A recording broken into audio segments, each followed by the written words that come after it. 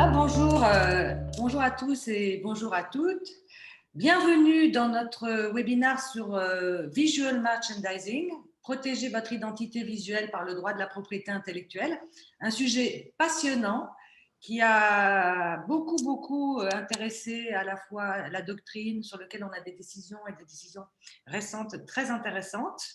Avant d'aborder le cœur du sujet, juste quelques mots sur le cabinet Dreyfus. Alors, nous sommes un cabinet de conseil en propriété industrielle. Conseil en propriété industrielle, c'est une profession qui est réglementée avec des garanties de compétences, d'indépendance et d'éthique. Et chez Dreyfus, notre ADN, c'est vous protéger dans le monde virtuel autant que dans le monde réel.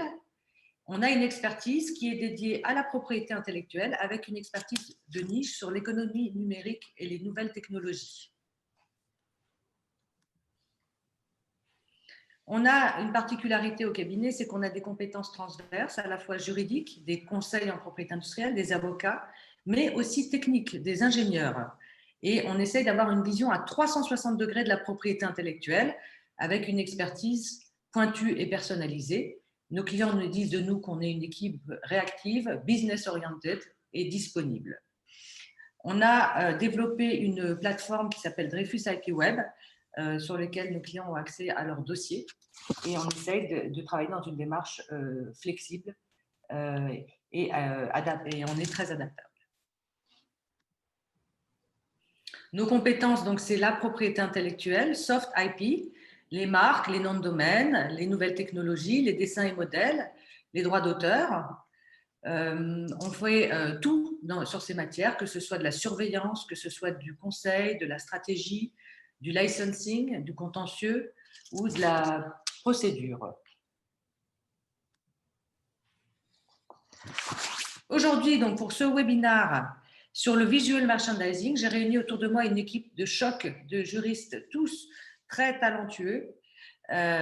Camille, Lisa et une autre Camille et Floriana. Un grand merci à Floriana qui a fait son mémoire sur ce sujet-là et qui nous vient tout droit d'Italie avec un petit accent qui va nous faire un peu voyager et on en est très content. Alors, sans attendre, justement, je vais passer la parole à Floriana. Floriana, c'est à vous. Merci Nathalie. Merci et bonjour à tous.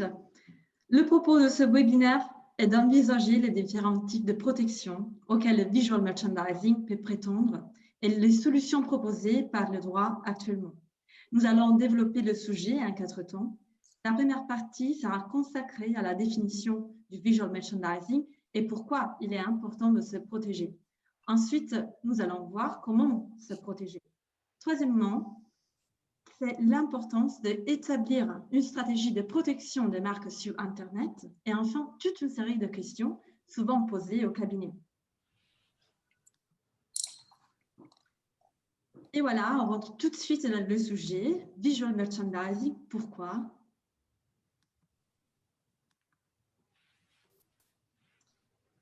On commence avec une définition. Le visual merchandising représente l'ensemble de techniques d'aménagement des magasins. C'est l'art de mettre en œuvre une scénarisation de la dimension identitaire de l'entreprise à travers une scénarisation des points de vente.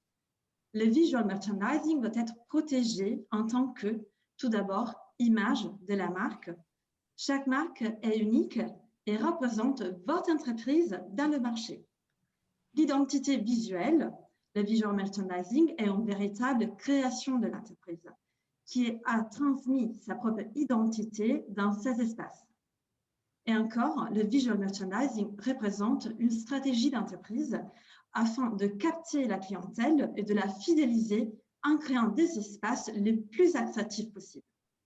Et finalement, les investissements faits par l'entreprise, un investissement économique et intellectuel important qui doit être protégé. Donc, quels secteurs sont concernés? Évidemment, on pense à des secteurs qui ont une identité visuelle très présente, comme la mode, les hôtels, les restaurants, la parfumerie ou les magasins de déco, par exemple. Mais il faut savoir aussi que de plus en plus de secteurs vont se construire une identité visuelle et que c'est très important de la protéger. On pense notamment à des secteurs auxquels l'identité visuelle ne serait pas forcément associée directement, comme par exemple le secteur de l'électronique ou de la téléphonie, avec l'exemple d'Apple, mais également il y a bien plein d'autres secteurs qui peuvent être concernés. Donc, comment se protéger ? Donc, la protection, elle peut passer par différents types de protection juridique. D'abord par des droits de propriété intellectuelle, nous allons voir la protection par le droit d'auteur et également par le droit des marques, mais également lorsque l'on n'a pas de droit de propriété, on peut passer par une défense sur le fondement de la concurrence déloyale et du parasitisme. Donc tout d'abord, nous allons voir la protection par le droit d'auteur. Alors le droit d'auteur, en quelques mots, qu'est-ce que c'est ? C'est une protection qui est sans formalité en France, sous des conditions de forme et d'originalité. C'est un droit qui est très protecteur. En France, la durée de protection est de 70 ans après la mort de son auteur. Il faut faire tout de même attention à un point, c'est que les conditions de protection du droit d'auteur peuvent différer d'un pays à l'autre. Donc, comme je viens de le dire, il y a deux conditions qui sont nécessaires à remplir lorsque l'on veut se protéger par le droit d'auteur. Et la première, c'est la condition de forme. Donc, la jurisprudence nous dit que la forme doit être identifiable avec une précision suffisante pour permettre sa communication. Dans le cas du visual merchandising, on peut penser notamment au concept store. Est-ce que le concept store est un concept? Est-ce qu'on peut dire qu'il y a une forme matérialisée? Eh bien, à travers le concept store, il a été décidé que la marque transmet son style et ses valeurs. Donc, le concept store n'est pas qu'une idée. Concernant le critère de l'originalité, là, il faut que l'originalité, en fait, s'entende par l'empreinte de la personnalité de l'auteur. On sait également que le droit de la propriété intellectuelle protège les œuvres architecturales qui jouissent d'une présomption quant à leur qualification d'œuvres de l'esprit et donc de leur originalité. Donc, l'aménagement d'intérieur et le visual merchandising est susceptible d'être protégé à condition de remplir ces critères de forme et d'originalité. Donc, cependant, ce n'est pas forcément facile de prouver son originalité lorsque l'on veut protéger son identité visuelle. En fait, il faut savoir que l'appréciation est faite par les juges et que leur appréciation est souveraine, donc ils sont libres de reconnaître l'originalité ou pas. À ce titre, ils ont dégagé plusieurs critères pour fonder en fait leur décision. Notamment, il faut qu'il y ait un caractère artistique certain, une forme distincte des nécessités techniques et ce ne doit pas faire l'objet d'une construction en série. Donc, pour illustrer ce propos, nous avons deux décisions qui ont bien fait parler d'elles en le sujet, qui ont des décisions qui sont contraires. Donc, on a une première décision, l'affaire Ladurée, dans laquelle la Cour a reconnu l'originalité de l'aménagement en disant que les éléments et les espaces créés portaient l'empreinte de la personnalité de l'auteur et dans le choix du style et dans le choix des couleurs et de la décoration qui avait été mise en place. Dans l'affaire Afflelou, au contraire, la Cour n'a pas reconnu l'originalité de l'aménagement, car les prescriptions et dessins produits se réduisaient à des principes généraux sans indication suffisamment concrète et précise, et que l'aménagement était dépourvu d'originalité. Donc, il est assez important de faire attention à remplir les critères si on veut pouvoir obtenir une protection par le droit d'auteur. Donc en matière de droit d'auteur, au-delà de réussir à prouver l'originalité, ce qui peut poser problème, c'est d'obtenir des preuves de l'antériorité de son œuvre et de son intégrité. Effectivement, le droit d'auteur est en principe automatique et ne nécessite pas de démarche supplémentaire, mais il est quand même vivement conseillé aux créateurs d'œuvres de se protéger avec d'autres outils. Donc, à ce titre, on trouve des outils assez classiques et plutôt connus, comme l'enveloppe solo, le dépôt auprès d'un notaire ou d'un huissier. On trouve aussi d'autres solutions, parfois un petit peu moins utilisées, comme le dépôt auprès d'une société d'auteur ou l'envoi d'un courrier recommandé à soi-même. Et plus récemment, on a la blockchain, donc, qui est un outil particulièrement utile Ce qu'il faut savoir, c'est que la blockchain permettrait donc d'apporter une preuve infalsifiable et surtout durable de l'antériorité de votre œuvre. La blockchain, c'est une base de données en fait qui contient l'historique de tous les échanges effectués entre les utilisateurs par rapport à une œuvre. Donc, se protéger grâce à la blockchain, ça permet de faire un dépôt de tous les éléments de l'œuvre, qui constituent l'œuvre, et d'en garder une preuve certaine. Donc, comment ça fonctionne en pratique? On dépose l'œuvre par la blockchain. Suite à ce dépôt, donc, on obtient une attestation. Et en cas de conflit, si jamais il y a besoin de prouver l'antériorité de votre œuvre, on peut demander du coup un constat d'huissier qui permet de dater votre œuvre, tout simplement. Donc, il existe des blockchains qui sont publiques et des blockchains qui sont privées. Par exemple, nous, en interne, on a la blockchain Dreyfus, donc pour laquelle l'accès est réservé à un nombre limité d'acteurs. Et donc, l'intérêt d'utiliser la blockchain pour se ménager une preuve datée de votre œuvre, c'est que ça permet une protection qui est globale, donc sur tous les éléments de l'œuvre. Ça permet d'intégrer des documents qu'on appelle garantis. Donc, en fait, ça fige vos fichiers comme si vous les inscriviez dans le marbre. Ça permet d'avoir une empreinte numérique unique de votre donnée qui sera générée par huissier et qui sera ancrée dans la blockchain. Et la moindre modification ultérieure de votre donnée engendrera en fait une empreinte différente et facilement identifiable. Donc, ça permet vraiment de tracer toute modification qui aura été apportée sur l'œuvre. La blockchain permet évidemment d'avoir une date et une heure certaines au niveau de l'antériorité et elle a une force probante qui est très claire puisqu'elle est rassurée par un huissier. Donc, au-delà de la protection par le droit d'auteur, on peut également envisager une protection par le droit des marques. Donc, pour rappel, pour être protégeable, une marque doit remplir plusieurs critères. Elle doit être distinctive, c'est la fonction essentielle de la marque. Donc, ça veut dire que la marque doit pouvoir permettre d'identifier les produits d'une entreprise parmi d'autres produits du même type qui seraient commercialisés par les concurrents. La marque doit également être licite, donc elle doit respecter l'ordre public et les bonnes mœurs. Et elle doit également être disponible. Donc, elle ne doit pas déjà faire l'objet d'un droit détenu par un concurrent. En matière de visual merchandising, la solution, la possibilité qu'offre le droit des marques pour le protéger, c'est la marque tridimensionnelle. Donc, c'est une possibilité pour protéger le visual merchandising par le droit des marques, mais l'aménagement du magasin doit répondre à ces critères, c'est-à-dire qu'il doit être distinctif par rapport aux autres structures normalement adoptées. Donc, à cet égard, on a une jurisprudence qui est plutôt fluctuante. On va vous présenter 3 affaires, donc l'affaire Apple, l'affaire Kiko et l'affaire Sephora, qui permettent de voir un petit peu comment la jurisprudence se place par rapport à la protection du visual merchandising par le droit des marques. Et tout de suite, on commence avec l'affaire Apple.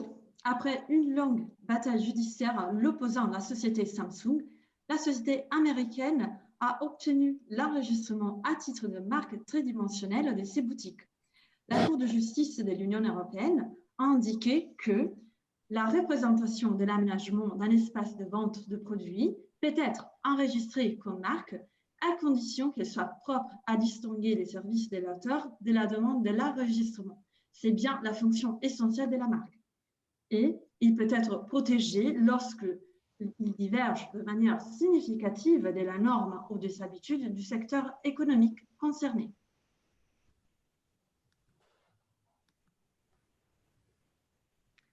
Mais ce n'est pas toujours le cas. Par exemple, dans l'affaire Kiko, on voit une jurisprudence différente.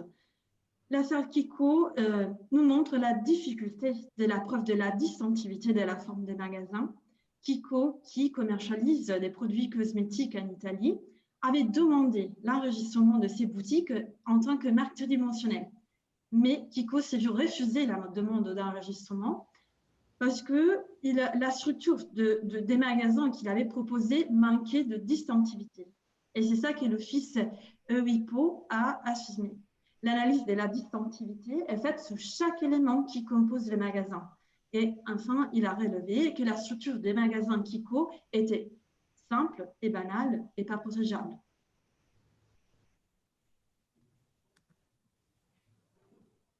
Et ensuite, l'affaire Sephora, sur le même thème, c'est notre exemple qui nous montre les critères importants pour voir un magasin protégé.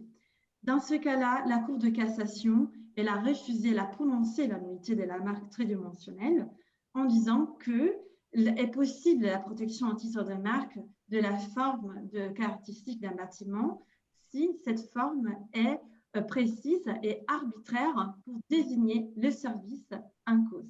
Encore une fois, l'affaire Sephora nous montre les critères plus importants, donc la forme précise et arbitraire pour envisager une protection en tant que marque tridimensionnelle.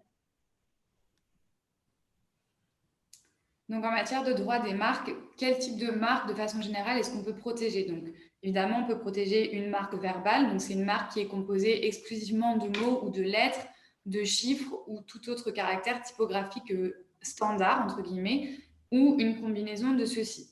On a également la marque figurative, donc qui emploie, elle, des caractères, une stylisation, une mise en page qui est non standard, et qui a une caractéristique graphique ou une couleur très importante. Donc, par exemple, on a l'exemple ici de la marque déposée par Google. On a également la marque semi-figurative. Donc, c'est une marque qui est le milieu de la marque verbale et de la marque figurative, donc qui a à la fois des éléments verbaux et des éléments graphiques. Et enfin, ce qui nous intéresse en matière de visual merchandising, c'est la marque de forme, donc qui est également appelée la marque tridimensionnelle.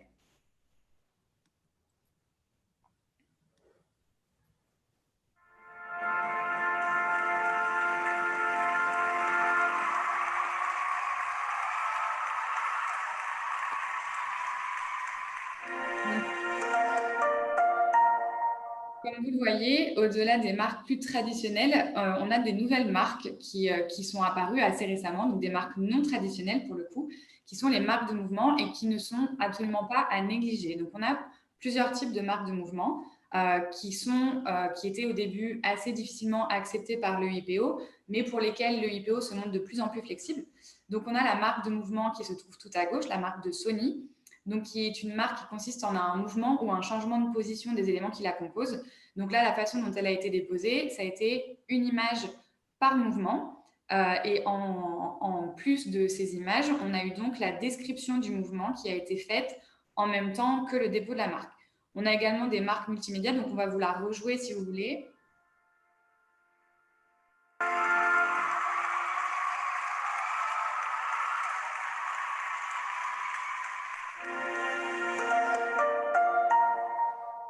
Donc, c'est une marque, comme vous pouvez le constater, qui est sous la forme d'une petite vidéo. Donc, il y a à la fois un élément visuel avec donc, ces éléments de vidéo, mais également un élément sonore. Donc, c'est vraiment voilà, une vidéo assez complète qui peut être enregistrée à titre de marque. Et enfin, on a les marques hologrammes qui sont composées d'éléments ayant des caractéristiques holographiques, donc comme on peut le voir ici. Donc, c'est souvent un fichier image qui induit le caractère holographique de la marque. Donc, tout ça, c'est des nouvelles marques, les marques de mouvement, on les appelle, qui peuvent éventuellement aussi servir à protéger votre visual merchandising.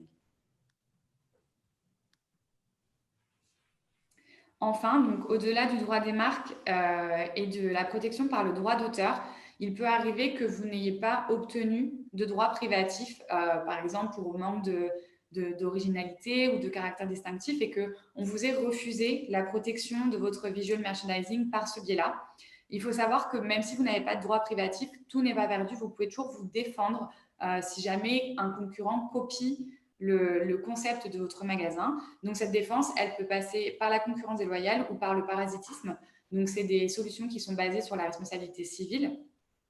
Donc, en matière de concurrence déloyale, l'acte de concurrence déloyale qui concerne le visual merchandising, c'est la confusion ou l'imitation. Donc, c'est le fait de créer dans l'esprit du client une assimilation ou une similitude entre entreprises ou entre les produits et services de celles-ci. Ça se situe en situation de concurrence entre les entreprises. Donc, c'est des entreprises qui évoluent dans le même secteur d'activité. Donc, à ce titre, on a par exemple l'affaire Zadig et Voltaire contre Bérénice. Donc, c'est deux vendeurs de vêtements donc, qui évoluent dans le secteur de la mode.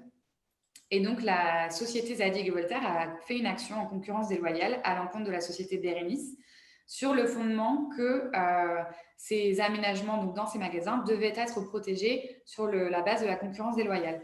Donc, les juges ont reconnu que la société Bérénice avait effectué des actes de concurrence déloyale en reprenant à l'identique l'intérieur des magasins de Zadig et Voltaire, donc dans le but, et je cite la décision, d'éveiller dans l'esprit de la clientèle le souvenir des magasins Zadig et Voltaire par la création d'une même mise en scène de l'espace de vente de nature à générer un risque de confusion. Donc, sur le fondement de la concurrence déloyale, Zadig et Voltaire a obtenu gain de cause et a donc pu se défendre à l'encontre de la société Bérénice qui avait repris l'aménagement de ces espaces.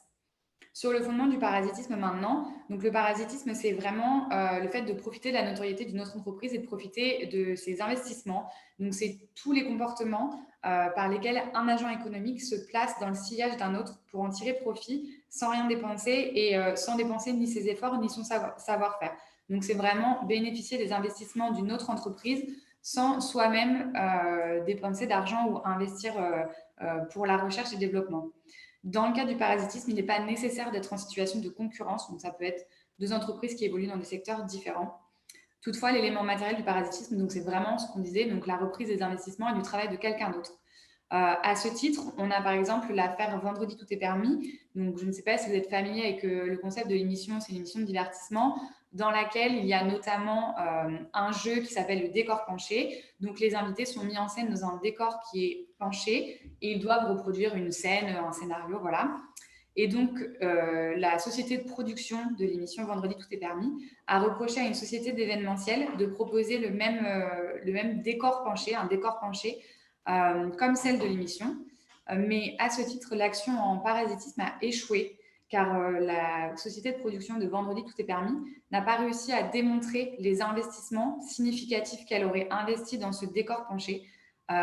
Et en outre, ce décor avait déjà été utilisé dans le passé. Donc, elle n'a pas pu prouver que cette nouvelle société d'événementiel avait vraiment tiré profit de ces investissements à elle en reprenant ce décor penché, en fait. Donc, pour le coup, il n'y a pas eu de protection pour Vendredi tout est permis de ce décor et donc de l'aménagement de leur plateau.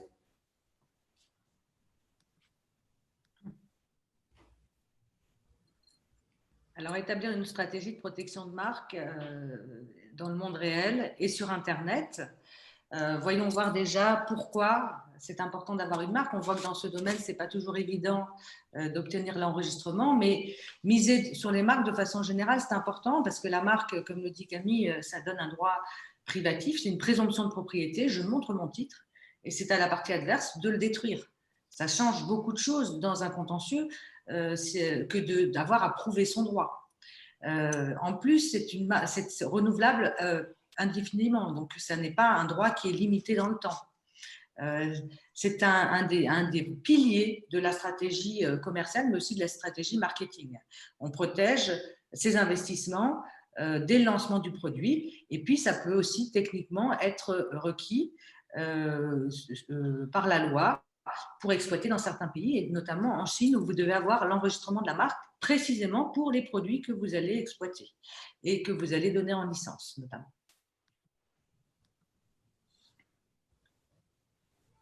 Donc, pour protéger sa marque, avant de déposer une marque, il faut vérifier qu'elle est disponible. Et donc, pour ce faire une recherche d'antériorité, ce qui permet d'avoir une photographie de l'existant. Donc, ces recherches, on les fait à la fois parmi les marques, les dénominations sociales, les noms commerciaux, les enseignes, mais aussi les noms de domaine. Donc, une fois que la recherche est faite, on établit une stratégie de libération du signe parce qu'il y a très peu de signes, très peu de marques qui sont disponibles, notamment en France, on est très, très gros déposants de marques. Donc, on établit une stratégie qui permet de déposer de façon confiante sa marque. Une fois que la marque est déposée, on conseille de la surveiller. Et là aussi, c'est une surveillance non seulement sur les marques, mais aussi sur les noms de domaine, les réseaux sociaux, ça peut être Facebook, Twitter, Instagram ou bien d'autres. Donc, les points importants pour une bonne stratégie de marque. Premièrement, déposer le plus rapidement possible. Dès qu'on a lancé son activité ou qu'on a son idée, déposer. Pourquoi ? Parce que y a des dépôts frauduleux, il y a des gens qui commencent à discuter sur les projets et puis des tiers mal intentionnés peuvent déposer à votre place la marque. Déposer en France, par exemple, et bénéficier, par exemple, des conventions internationales qui permettent de se protéger dans les 6 mois tout en bénéficiant de la date de dépôt français. Alors, quelquefois, on a des clients qui viennent qui me disent « je veux déposer une marque mondiale ». Oui, mais il faut choisir ses batailles et déterminer un territoire limité parce que sinon, on explose les budgets. Il faut penser à la fois pays de fabrication, commercialisation et puis les projets, puisque là aussi, donc, pour les projets, dès qu'on commence à en parler, il y a ce risque de dépôt frauduleux. En matière de marque, on pense aussi global et on pense digital, avec, en faisant le parallèle et en protégeant les noms de domaine qui correspondent aux marques dans les extensions qui sont adaptées au projet. Et lorsqu'on se lance dans un projet de dépôt de marque, on essaye d'anticiper les éventuelles difficultés qu'on pourrait avoir à l'enregistrer. Par exemple, si c'est un nom de famille, c'est très difficile d'obtenir l'enregistrement aux États-Unis. Pas impossible, mais difficile. Donc, on conseille, il est recommandé de se faire accompagner par un spécialiste.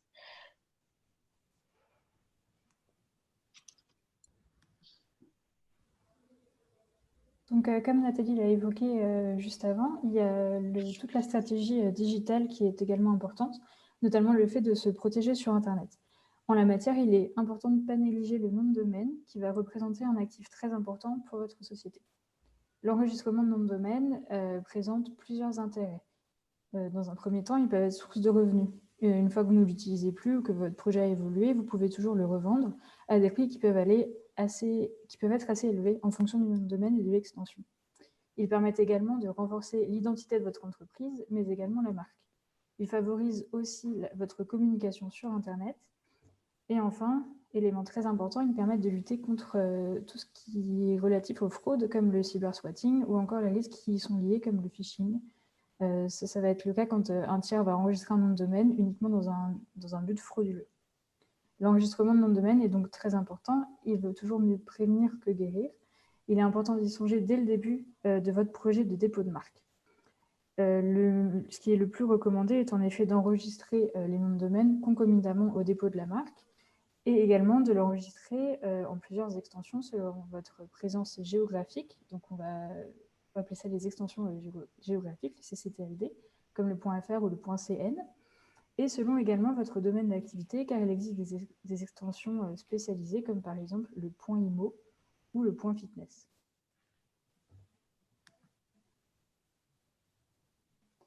Pour se protéger sur Internet, il est important de connaître les atteintes.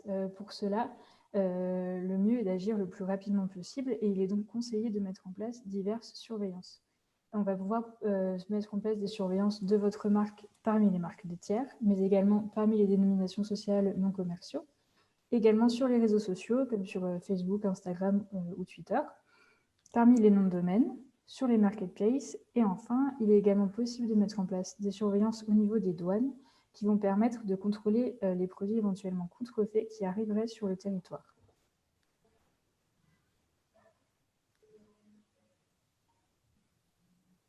La mise en place d'une surveillance de la marque parmi les marques et les dénominations sociales est importante car elle va permettre dans un premier temps de détecter les dépôts de marque ou les immatriculations de sociétés qui seraient identiques ou similaires à votre marque déjà déposée et enregistrée sur les territoires surveillés. Donc en fonction de votre marque qui va être déposée, on va pouvoir surveiller les dépôts qui sont faits en France, dans l'Union européenne ou dans le monde. Cela va également nous permettre d'agir à l'encontre de ces dépôts éventuellement identiques ou similaires, notamment par l'envoi de lettres de mise en demeure ou encore le dépôt d'opposition en matière de marque. Toutes ces actions ont évidemment pour but de vous protéger, mais également d'éviter la dilution de votre marque, c'est-à-dire quand votre marque va devenir un signe qui est courant dans le langage familier.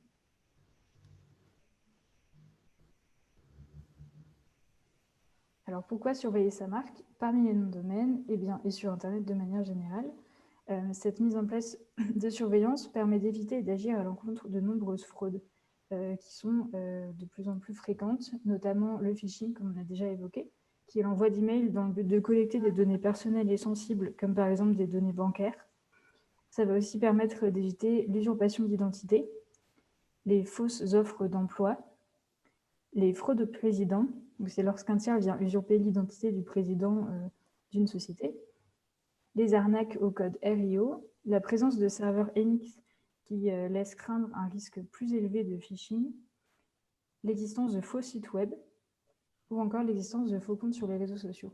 Comme vous le voyez, le nombre de fraudes est très important et elles surviennent de plus en plus régulièrement. Il est important de surveiller sa marque sur ces canaux pour bénéficier d'un environnement le plus simple possible sur Internet pour vous et vos clients.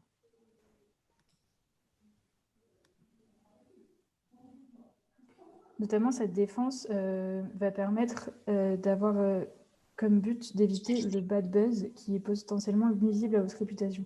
En effet, si vous avez par exemple un nom de domaine qui est enregistré par un tiers dans le but de réaliser des actes frauduleux comme du phishing, du cybersquatting ou du cyberhacking, ces noms de domaine vont être utilisés pour l'envoi d'emails massifs et frauduleux à des milliers de clients, notamment les vôtres. Il peut aussi exister les faux sites internet qui vont être utilisés pour la revente de vos produits, soit par un tiers non autorisé, soit pour la vente d'imitation de produits ou de services qui sont habituellement proposés par votre entreprise, ou encore l'utilisation de votre marque pour des produits qui ne sont pas les vôtres. Et on note également l'existence de faux comptes sur les réseaux sociaux, là encore, qui sont utilisés principalement pour des actes frauduleux et pour se faire passer pour votre entreprise. Afin de gérer sa marque sur Internet, il est donc primordial d'investir dans une stratégie de protection et de défense qui est préventive. En anticipant tout d'abord les besoins en nom de domaine lors du lancement de nouveaux projets, donc dès que vous commencez à réfléchir à votre projet de marque et à votre projet de dépôt de marque, en évaluant ensuite les risques qui sont liés au développement d'une nouvelle marque, notamment au regard de la vulnérabilité qu'elle peut avoir sur Internet. Il faut savoir que la mise en place d'une telle action préventive a généralement un coût qui est environ 10 fois plus faible que la mise en place d'actions une fois qu'il y a des situations de fraude qui sont vraiment mises en place. Il faut donc éventuellement également définir une politique d'enregistrement de nos domaines. Donc, comme on l'a vu, ça va dépendre de votre présence géographique, mais également de votre domaine d'activité. Et enfin, il va falloir définir une politique de gestion des réseaux sociaux pour éviter tout risque de fraude par ces canaux.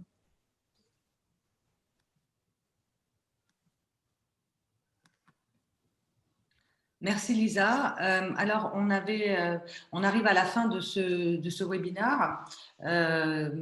J'espère qu'il aura été utile. N'hésitez pas à nous contacter si vous voulez savoir un petit peu les questions qu'on nous pose fréquemment ou si vous avez vous-même des questions sur ces sujets très techniques de protection de l'identité visuelle. On sera ravis de vous répondre. Et on vous souhaite une très belle journée et portez-vous bien. À bientôt. Au revoir. Au revoir, merci. Merci, au revoir. Merci.